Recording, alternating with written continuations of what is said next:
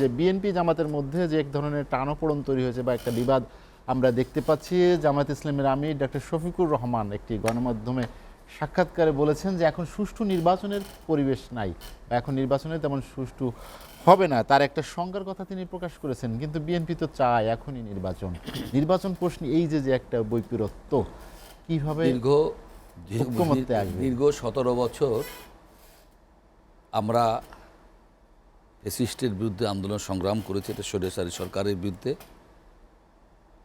গণতন্ত্র পুনঃপ্রতিষ্ঠার জন্যে। সেখানে আমাদের সাথে জামাত সহ অনেক দল ছিল। সব দলেরই আলাদা তাদের নীতি আদর্শ রয়েছে, তাদের রাষ্ট্র পরিচালনা বা অর্থনীতি বলেন, অর্থনীতি মুক্তি পরিচালনা, ফরেন বলেন, যা ফরেন পলিসি সব আলাদা আলাদা রয়েছে, সবারই আলাদা। কিন্তু আমরা যুগপৎ আন্দোলনে আমাদের সাথে জামাত ছিল। এটা একটা গণতান্ত্রিক রাষ্ট্রের ব্যবস্থায় অনেকভাবেই হতে পারে। যেমন আপনার 96 থেকে 2001 সাল পর্যন্ত আওয়ামী লীগ জামাত মনে করেছে কোনো রাজনৈতিক দলের নেতৃত্বে সুষ্ঠু নির্বাচন হতে পারে না। সাধারণত যে কথা আওয়ামী লীগ এই 15.5 বছর বলেছে, যারা ক্ষমতায় আছে তারাই ওয়েস্টার্ন মিনিস্ট্রি পদ্ধতিতে তারাই পদত্যাগ করবে, আবার তারা নির্বাচন করবে। সেটা তো আমাদের দেশে সম্ভব হলো না। হ্যাঁ, এটাই বলেছে, এটাই তো হওয়ার কথা, কিন্তু সেটা হলো না। আন্দোলন সংগ্রাম আমাদের আওয়ামী লীগের সাথে কাঁধে কাঁধ মিলে জামাত হইল না কেন? তার মানে সততা নাই, বলি নৈতিকতা নাই। আমরা 70-এর নির্বাচনের পর এই পর্যন্ত আমরা একটা জায়গায় তো এক হতে পারলাম না। নির্বাচন ব্যবস্থা আমাদের সাংবিধানিক কতগুলো প্রতিষ্ঠান রয়েছে, সেখানে তো আমরা নিরপেক্ষ করতে পারলাম না। তো ব্রিটিশের সাথে কনজারভেটিভ পার্টিতে নির্বাচন হইল না, লেবার পার্টি আইলো তো। আমরা তো এটা ব্যর্থ, এটা পারি নাই আমরা। এটার জন্য এই ব্যর্থতা জনগণের না, এই ব্যর্থতা তো রাজনীতিবিদদেরই। এটা আমি বলি না আওয়ামী লীগ ব্যর্থতা বা জামাতের ব্যর্থতা, এই ব্যর্থতা রাজনীতিবিদ সবাইকে বোঝে। আমরা পলিটিশিয়ানরা পারি নাই, ও পারা উচিত ছিল যে রাজনৈতিক দলের নেতৃত্বে সুষ্ঠু নির্বাচন হতে পারে, এটা উচিত ছিল। তত তত্ত্বাবধায়কের সরকার আসলো না, সে জামাত আন্দোলন করেছে, তাদের সাথে করেছে, আবার আমাদের সাথে করছে, এরকম হতে পারে। কিন্তু আমরা এর জামাত বিএনপির সাথে যোগদান করছে বা বিএনপি জামাতের যোগদান, তা তো না। তাদের চিন্তা ধ্যান ধারণা একরকম হতে পারে, সেটা ভিন্ন জিনিস। সেখানে জামাতের আমিরের দৃষ্টিকোণ থেকে উনি বলতে পারে যে, যেমন উনি প্রথমে 1 মাসের মধ্যে বলেছেন আমরা আওয়ামী লীগ ক্ষমা করে দিয়েছেন আওয়ামী লীগের। ওনাকে তখন অনেকেই বলেছে, সেই কথা আমি অত কথা বলতে চাই না, কষ্টের জামাতের মধ্যে প্রতিবাদ হয়েছে, এটা উনি বলেছে আমি ক্ষমতা করে দিলাম। আচ্ছা, এখন সুষ্ঠু পরিবেশের সংজ্ঞাটা কি? সুষ্ঠু পরিবেশের সংজ্ঞাটা কি? আমাদের আমির মহোদয় যদি বলতে পারতেন।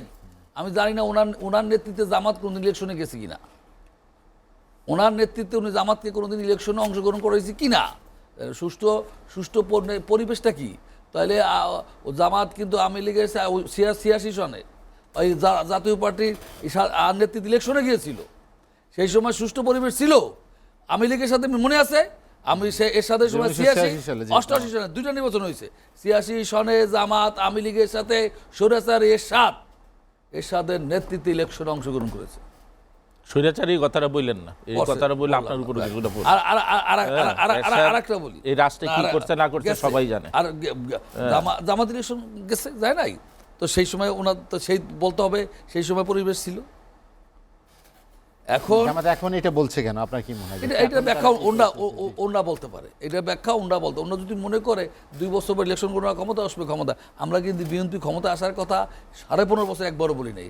আমরা বলছি ভোটের অধিকার প্রতিষ্ঠা করা, নির্বাচনী ব্যবস্থা ভেঙে গিয়েছিল, রাজনৈতিক কারণে বিরোধিতা করা না।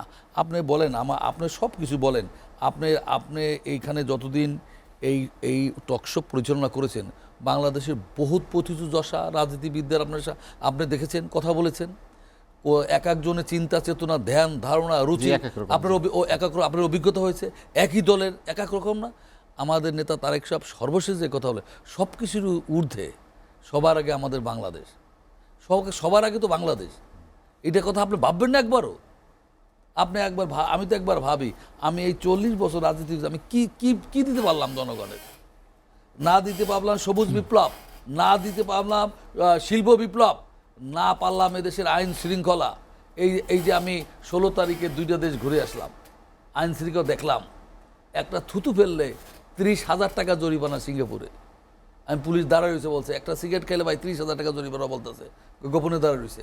ভাবেন তো আমাদের দেশে, ভাবেন তো আমাদের দেশে একটা একটা একটা মানিব্যাগ পরে থাকলে চুরি সেখানে নেয় না। এই আমাদের দেশের লোকেরা সেখানে হাত ধরে না। হাজার হাজার লোক আছে, আমাদের লক্ষ লোক আছে, হয় না? হ্যাঁ, সেখানে আমরা আমরা কোনটা পারলাম? আমরা এই যে ধরেন উনি স্বৈরাচার বললে, এই স্বৈরাচার স্লোগানে দেশের বাংলাদেশের ছাত্র জনতা সব দিছে, হ্যাঁ দিছে, দেখ তারপরে তো আমরা ওনারা বলতেন কই সেই গণতন্ত্র তো আপনারা প্রতিষ্ঠা করতে পারলেন না। আমি আমি আমি আমি দ্রুতার সহিত বলতে চাই, গণতন্ত্র এরশাদের সময় ছিল, শিক্ষা প্রতিষ্ঠানগুলি নির্বাচন হয়েছে। আমি তো এরশাদের সময় 88 সনে একটা বিশ্ববিদ্যালয় ভিপি হয়েছি, কই ভোট কেটে উনি নিতে নেয় নাই তো, এরশাদ নেয় নাই তো। আর এই একটা গণতন্ত্রের পুরনো দল আওয়ামী লীগে আমার নির্বাচন হয়েছে, বিভিন্ন মেরে ফেটে ফাড়িয়ে ফেলা হয়েছে। ওরা এই আওয়ামী লীগের আমলে এই যে বুয়েটের আপনি বলেন বাংলাদেশের সবচেয়ে মেধাবী ছেলেরা বুয়েটে পড়ে, সেখানে আব্রাহামের মূল্য এই লোকটা অন্যায় কি ধরে সে বিরুদ্ধে মত করে।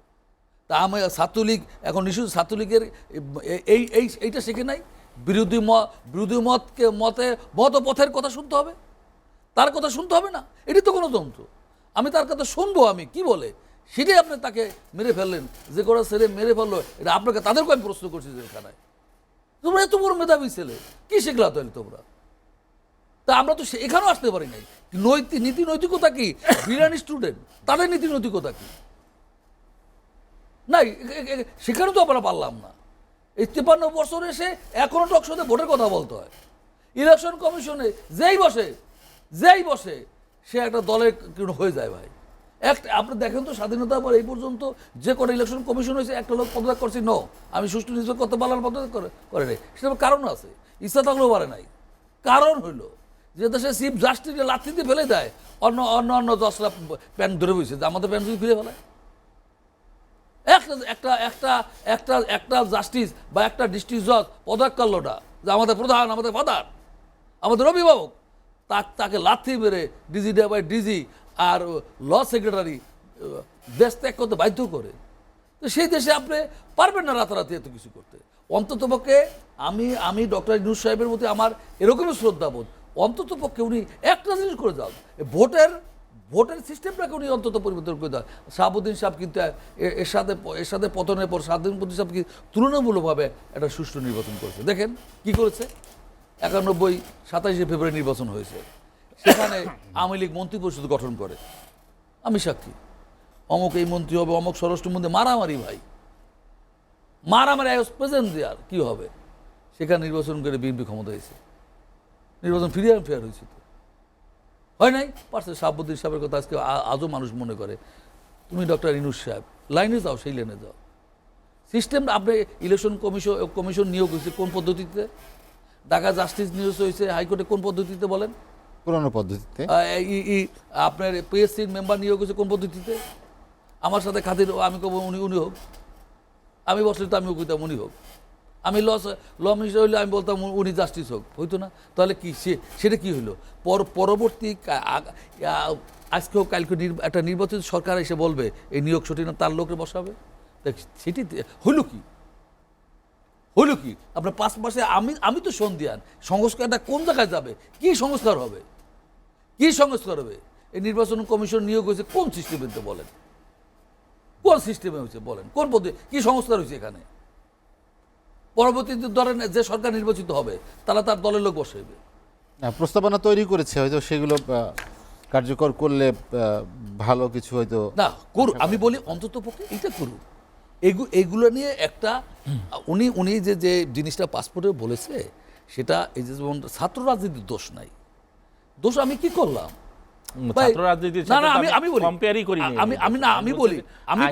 আমার মাথা ব্যথা, মাথা কেটে ফেলতে হবে, এটা সমাধান না। এখন আমি বলতে চাই এই জায়গায় একটা ঢাকা বিশ্ববিদ্যালয় কিংবা বুয়েটে যে ঘটনা ঘটছে, ঢাকা বিশ্ববিদ্যালয়ের ছেলেরা প্রতিপক্ষকে, মেয়েদের বা ছেলেদের, ছাত্রলীগের নেতারা যেভাবে মারছে, যদি বিপিও মারতো, এটা হয় নাকি? এদের দ্বারা কি আশা করতে পারেন বলেন আপনি?